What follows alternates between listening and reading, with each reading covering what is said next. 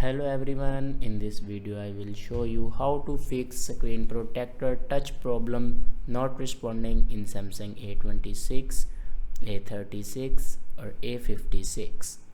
So before watching this video, don't forget to subscribe the channel and also press the bell icon.